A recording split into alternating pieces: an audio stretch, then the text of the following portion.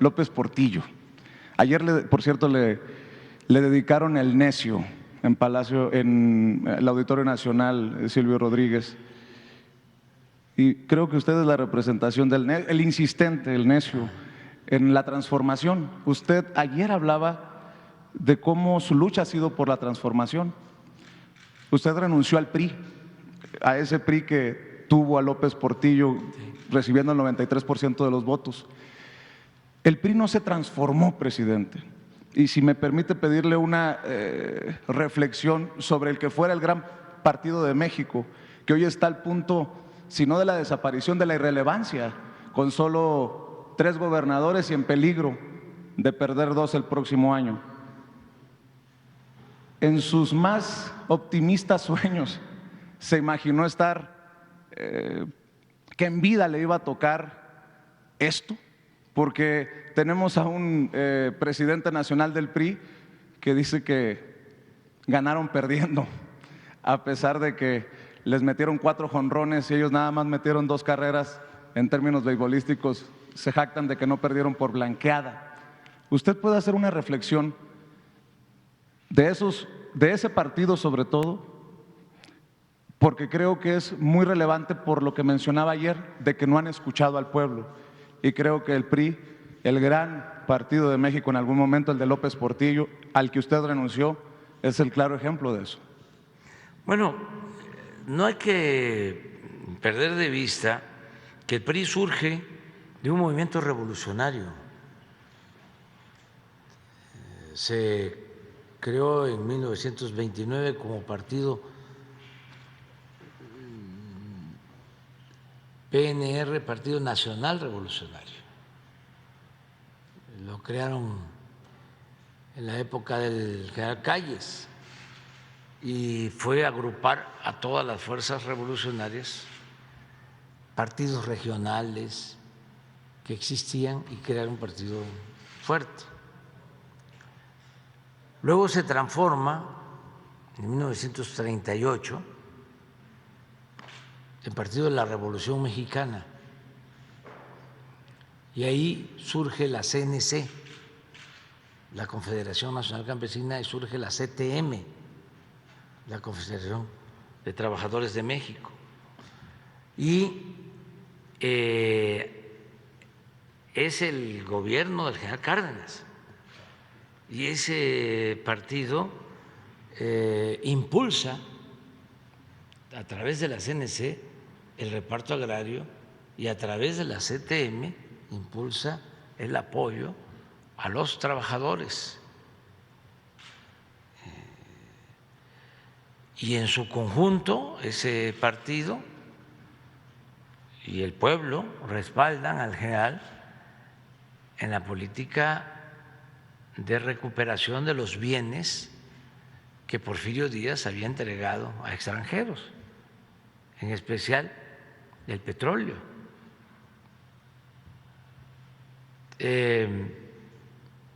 Luego son procesos, ese partido va perdiendo su esencia revolucionaria.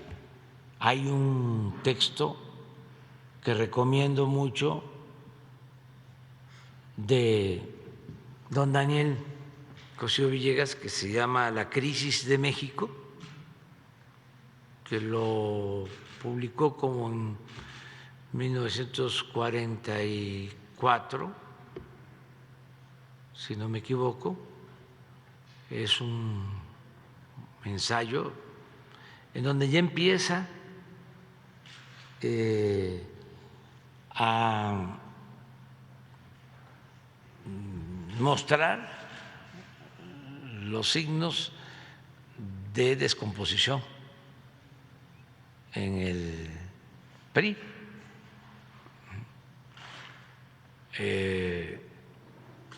Don Daniel, y él empieza a hablar de la necesidad de una transformación.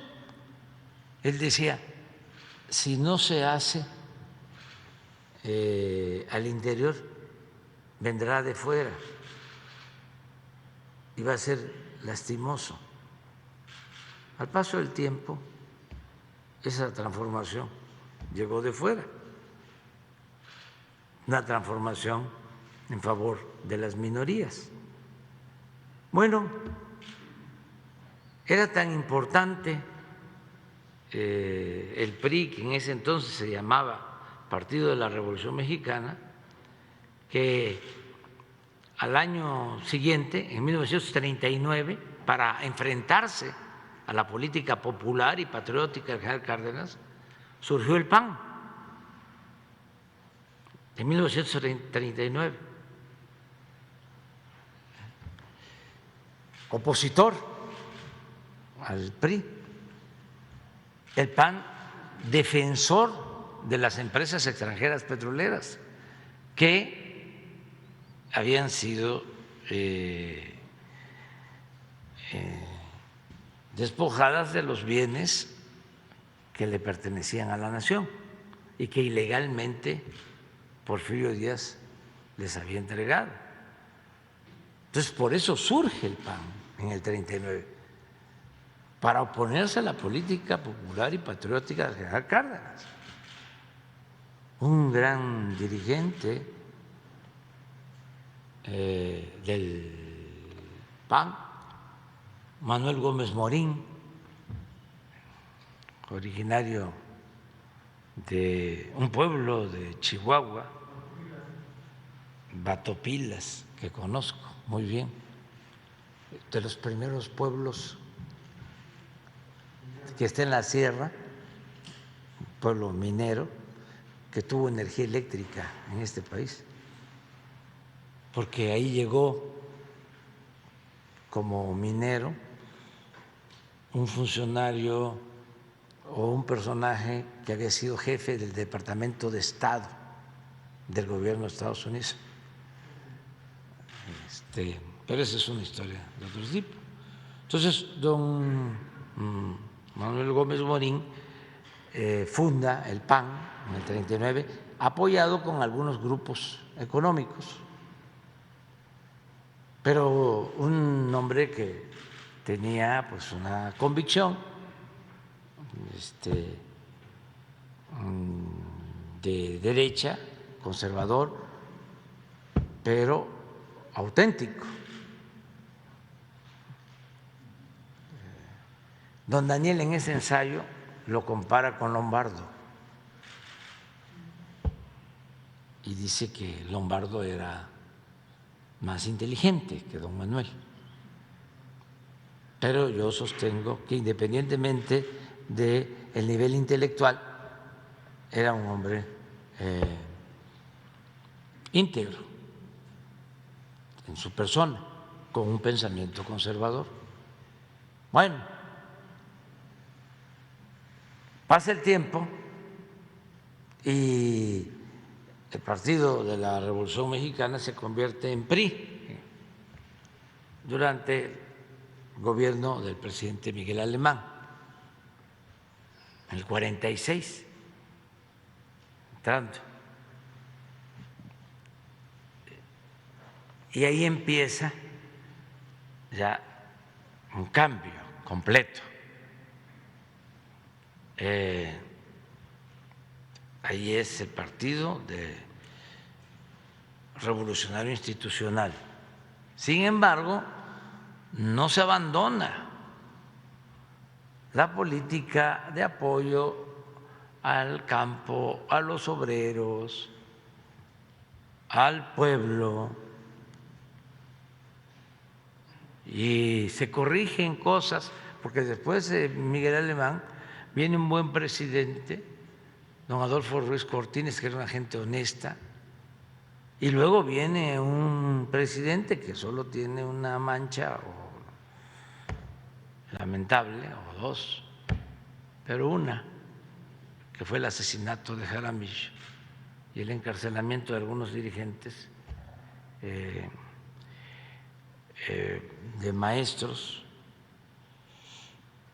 y del movimiento opositor político, pero tiene cosas muy buenas. Adolfo López Mateos decía que había que ser de izquierda dentro de la Constitución, Y ahora que está hablándose de la cumbre, fue él, como presidente, el que dio la instrucción de que México votara en contra de la expulsión de Cuba de la OEA. Fue el único país, México, que se opuso, y era López Mateos. Y ya bueno, se viene descomponiendo, pero llega el 88 y ahí el programa del PAN, bueno, se lo peleaban en ese entonces, ¿no? Porque el PAN decía: yo no me adhiero al PRI. El PRI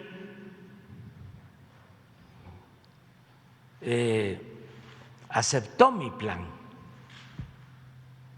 la política de privatizaciones, de destruir a Pemex, a la Comisión Federal de Electricidad, de privatizar la educación. El PAN, por ejemplo, en la época de López Mateos, que es el que decide que se entreguen de manera gratuita los libros de texto, los libros en los que estudiamos. A mí me tocaron la segunda edición, segundo año, llegaron esos libros a mi pueblo, a Tepetitán. Pero el PAN se opuso a eso, vieron hasta manifestaciones. Entonces, la privatización de la educación, de la salud, la entrega de los bienes de la nación a particulares, pues era parte del plan del PAN. Pues si nacieron para oponerse a la expropiación petrolera, y desde luego nacieron en contra de la política agraria. Ellos querían desaparecer el ejido. Y todo eso es lo que hace Salinas. Privatiza el ejido, reforma el artículo 27, pone las tierras ejidales al mercado y empieza la política privatizadora hasta en la industria eléctrica. Entonces el PAN dice: nos robaron nuestro programa. Entonces los del PRI dicen: no, es la modernidad, es la política neoliberal que se está aplicando en todo el país. Hubo ahí coincidencias, vamos a decir, ¿no? Entonces, a partir de Salinas, pues ya es otra etapa en el PRI, y ya abandonan completamente todo lo que fueron durante mucho tiempo. Por eso se empieza a hablar del PRIAN. Decían que no era cierto, porque engañaban a la gente.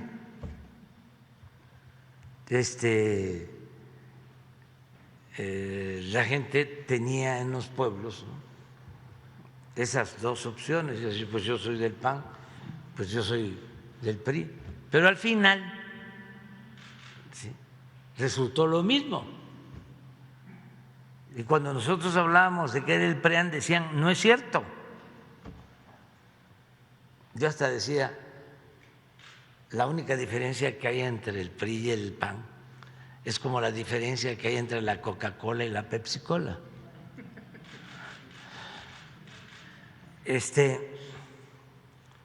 Estamos hablando aquí en términos académicos, nada de política,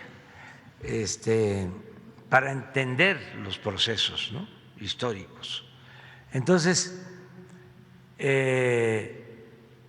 pasa el tiempo, pues ya se fusionan por completo. ¿Sí? Y es lo que estamos ahora viviendo. Entonces, si yo tuviese que dar un consejo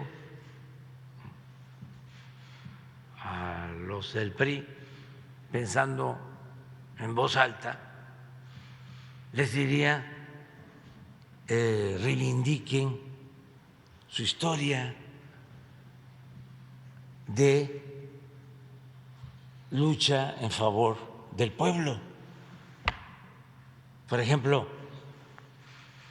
se lleva a cabo la reforma o se propone la reforma energética y era votar pues en favor de la Comisión Federal de Electricidad. Esa empresa la creó el general Cárdenas. El que nacionaliza la industria eléctrica es el presidente Adolfo López Mateos. Y la reforma constitucional era para fortalecer a la Comisión Federal de Electricidad, una empresa pública. Y estos señores, porque se olvidaron, ¿no?, de la historia o no conocen la historia, votan por seguir apoyando a las empresas extranjeras y por seguir socavando, destruyendo a la empresa pública, a la Comisión Federal de Electricidad. Afortunadamente lo resolvimos, pero ¿cómo van a actuar así? En el caso del PAN, cuando propusimos que se elevara a rango constitucional lo de la pensión a los adultos mayores, votaron en contra.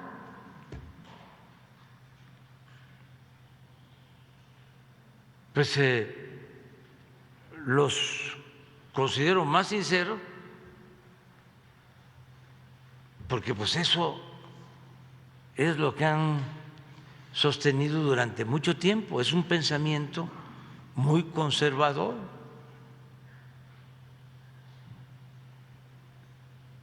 Ojalá y no se afecten los partidos, que se consoliden. Necesitamos de las organizaciones políticas, se requiere de oposiciones fuertes, no paleras. Si se tratara como antes de simular de que hay democracia, ya hubiésemos llegado a acuerdos con ellos, con todos ellos. Ahora dicen que el movimiento nuestro es el nuevo PRI. Bueno, y si es tan malo, ¿sí?, lo del PRI, ¿por qué se aliaron al PRI los del PAN? Bueno, a los del PAN se les atraganta como a Santiago Krill el PRI, porque dice que Morena está peor que en los peores tiempos del PRI, y después se acuerdan que están en alianza y dicen, bueno, ya se democratizó el PRI. Sí, tienen un problema y tienen que hacer una reflexión de fondo, análisis de fondo, no caer en la autocomplacencia, el autoengaño. Por ejemplo, esto de que ayer, ¿no?, celebrando, de 6 perdimos 2, pero ganamos 2, pero ellos decían que nos iban a ganar las 6. O sea, nos fue bien. De veras, sea, leía otro más inteligente o más famoso, diciendo sí se perdieron no sé cuántas gobernaturas, pero no fue aniquilante. No, pues nosotros queremos triunfar, o pienso que en la democracia, ¿sí? Primero no vernos como enemigos, sino como adversarios. Y como adversarios a vencer, no como enemigos a destruir.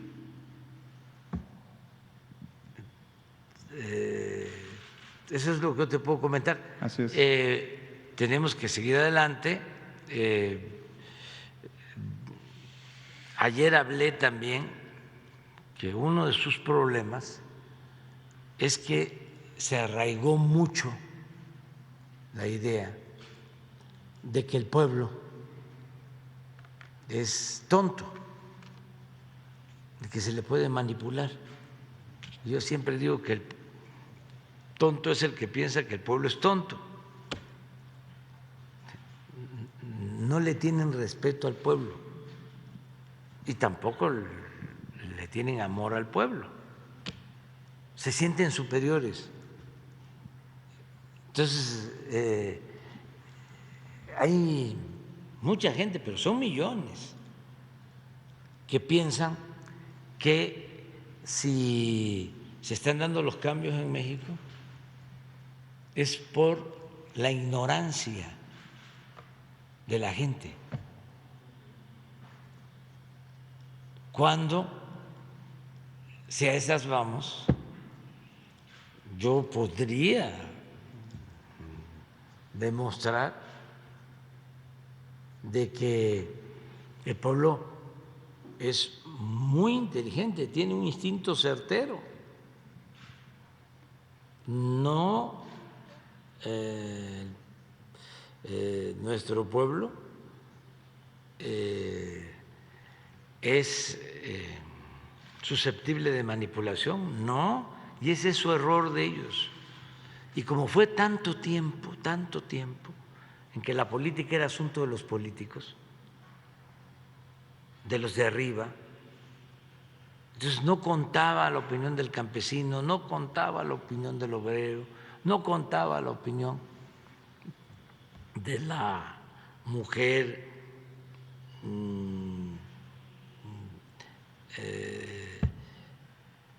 que trabaja en el hogar o que es profesional. No.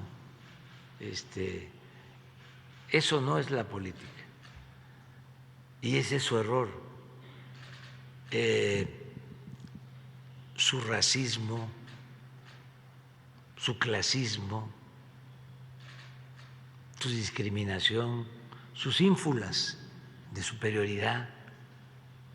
Incluso no son títulos nobiliarios los que se entregan, pero durante el periodo neoliberal alentaron mucho el que los títulos académicos daban cierta superioridad y desde luego se obtienen conocimientos que son importantes, pero entre más conocimiento se tenga, entre más poder se tenga, más humildad hay que tener, no sentirnos superiores. Entonces, por eso, imagínense, dice Martín Moreno, ¿no?, de los más famosos escritores, es un prototipo de escritores leídos por estos sectores. Dice dos cosas, no estoy inventando nada. Una es a los de Morena, si pudiera los quemaría con leña verde en el Zócalo. Otra, Morena obtiene sus votos con la gente más ignorante. Entre más analfabetismo, más apoyo a Morena. El mejor escritor de sectores de clase media, el más leído. No hay otro, más leído que él. Pues sí, tienen un problema serio.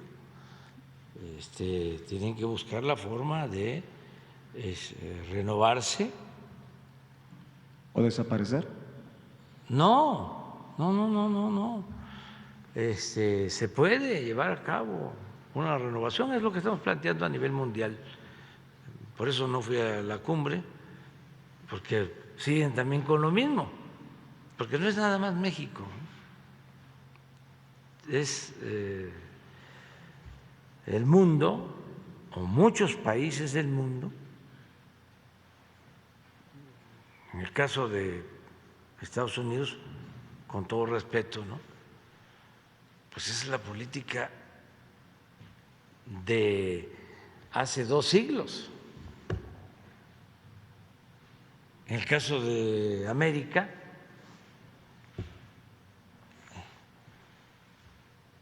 no se invita a todos a la cumbre porque se les considera dictaduras o porque no son buenas las relaciones que tienen con esos países. Entonces, ¿quién autoriza a una nación excluir a otra? ¿Hay gobierno mundial? No. Es lo mismo, ¿no? El intervencionismo, la falta de respeto a las independencias de los países, la falta de respeto a la soberanía y la búsqueda del diálogo y de soluciones o de soluciones a través del diálogo. Ya cambiaron las cosas, vamos a buscar integrarnos, hermanarnos, vamos a buscar complementarnos, ya no la confrontación, ya no la carga ideológica, ya no los dogmatismos, ya no los prejuicios, ya no seguir medrando con políticas que afectan a los pueblos. ¿Qué culpa tiene la gente de Cuba o de cualquier país que porque en las élites políticas, económicas, les va bien, alentando, azuzando el que haya bloqueos y el que haya políticas contrarias a los países? Pues eso perjudica a la gente. ¿A quién beneficia? A los de arriba. Pero ahora en la cumbre, ayer lo decía yo, hay 50 senadores del Partido Demócrata, 50 senadores del Partido Republicano. Y hay uno que es el de la Comisión de Asuntos Exteriores de los demócratas, el que hace la diferencia, porque puede inclinar la balanza, y ese dice: no se invita a Cuba ni se invita a estos pueblos. Y entonces ya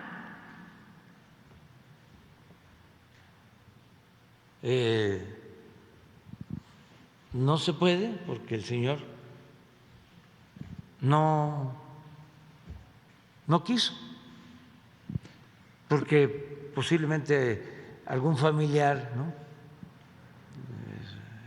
salió de Cuba cuando la revolución. Bueno, pero eso ya fue hace 60 años, que no podemos perdonar, que no podemos entender que debemos de buscar la hermandad y además no medrar con el dolor de la gente. Imagínense lo que significa un bloqueo para un país, que no pueden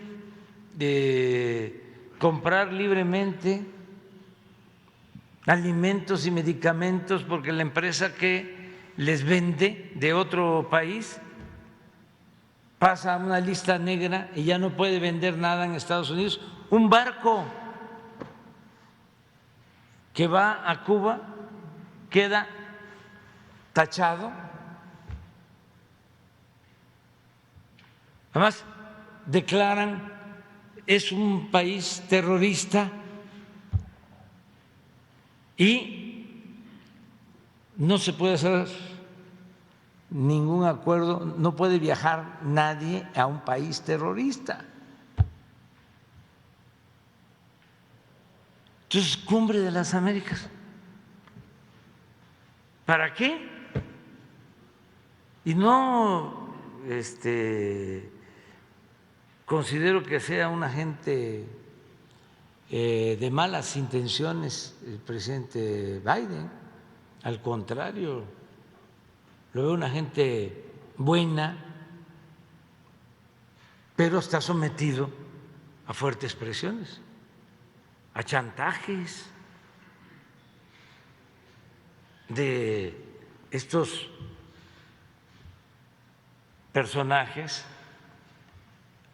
que están medrando con esa política. Nada más que, aunque entiendo la postura del presidente Biden, no la comparto, porque eso ya no se debe de permitir. Ya es tiempo de decir: basta. Y no me vas a estar chantajeando, porque lo primero son los pueblos. Y creo, porque también en eso están equivocados, piensan que si invitan a todos los países de América van a perder votos, que se va a fortalecer el Partido Republicano. No, esa es la creencia, porque el pueblo estadounidense, los ciudadanos estadounidenses, pues no son menores de edad. ¿Cómo no van a querer que haya fraternidad? La mayoría de ese pueblo es religioso, 20% católico, 80% evangélico. ¿Y dónde está el cristianismo? ¿Y dónde está el amor al prójimo? Pues en Estados Unidos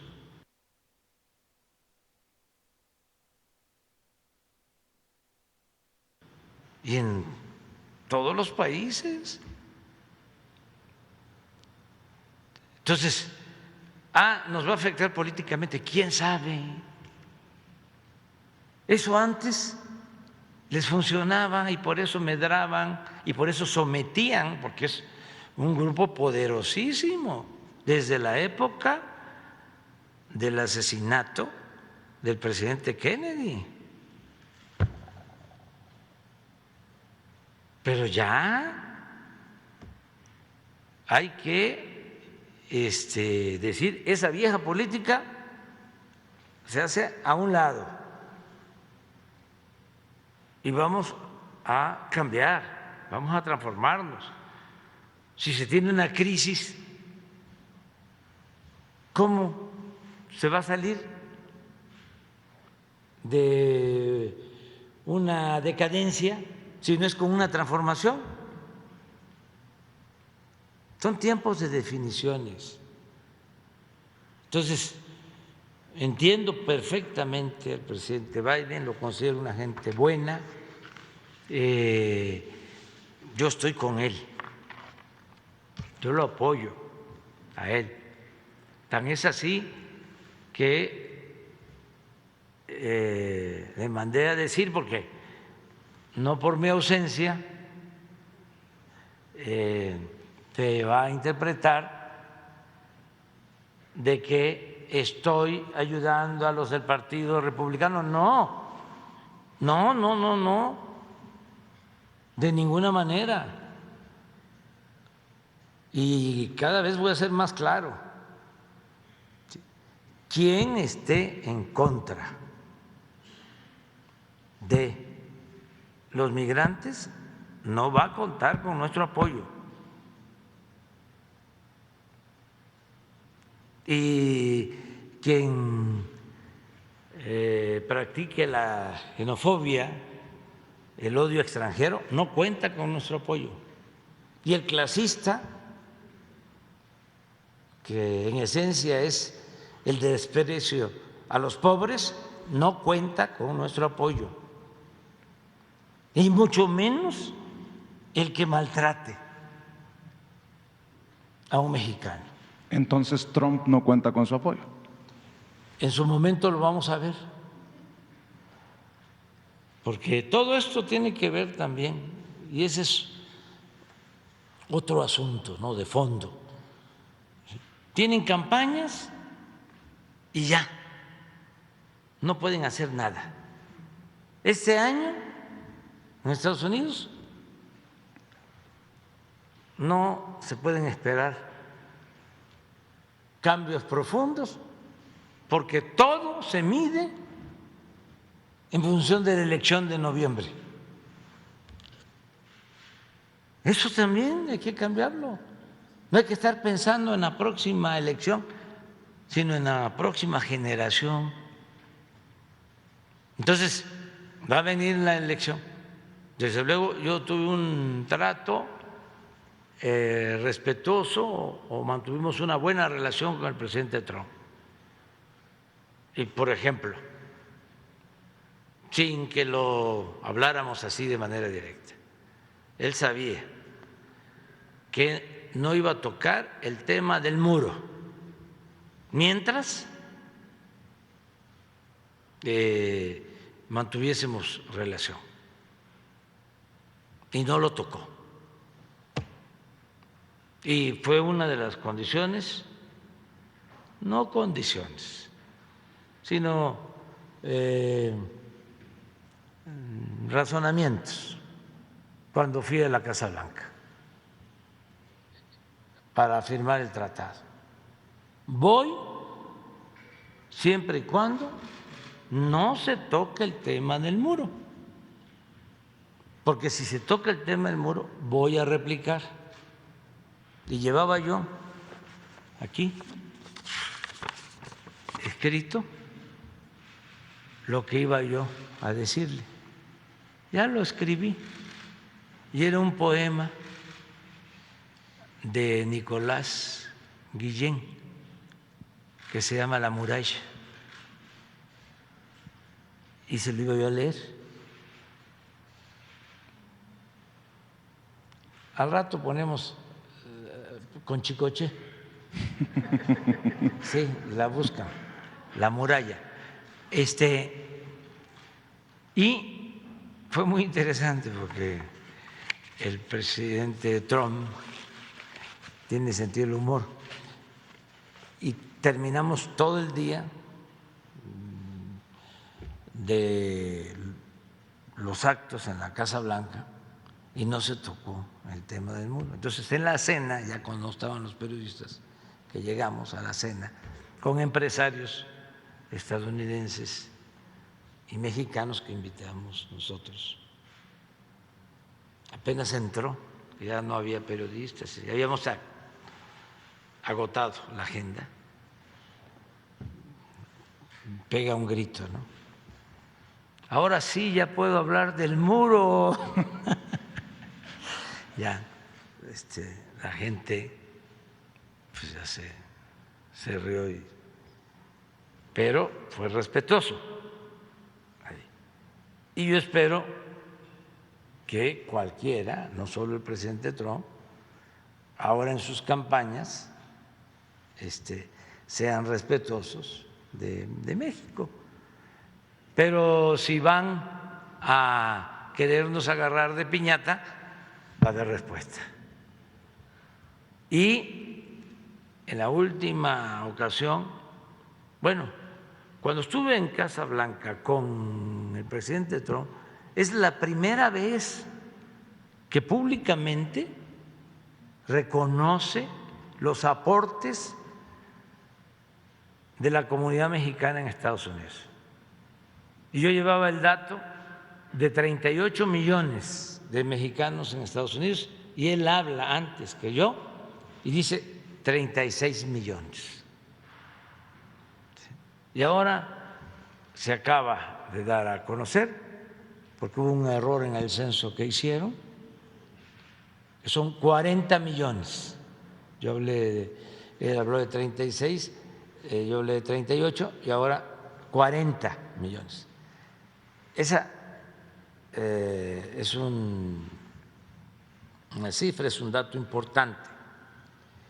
Y la última vez que estuve en la Casa Blanca con el presidente Biden, ahí hablamos del tema, porque son 5 millones de hermanos puertorriqueños, 5 millones.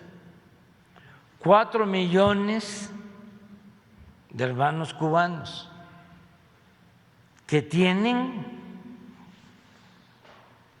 una gran influencia en lo económico. Bueno, lo estamos constatando en lo político. Un senador del partido del presidente que dice no. Y no, 4 millones. Y mexicanos, 40 millones.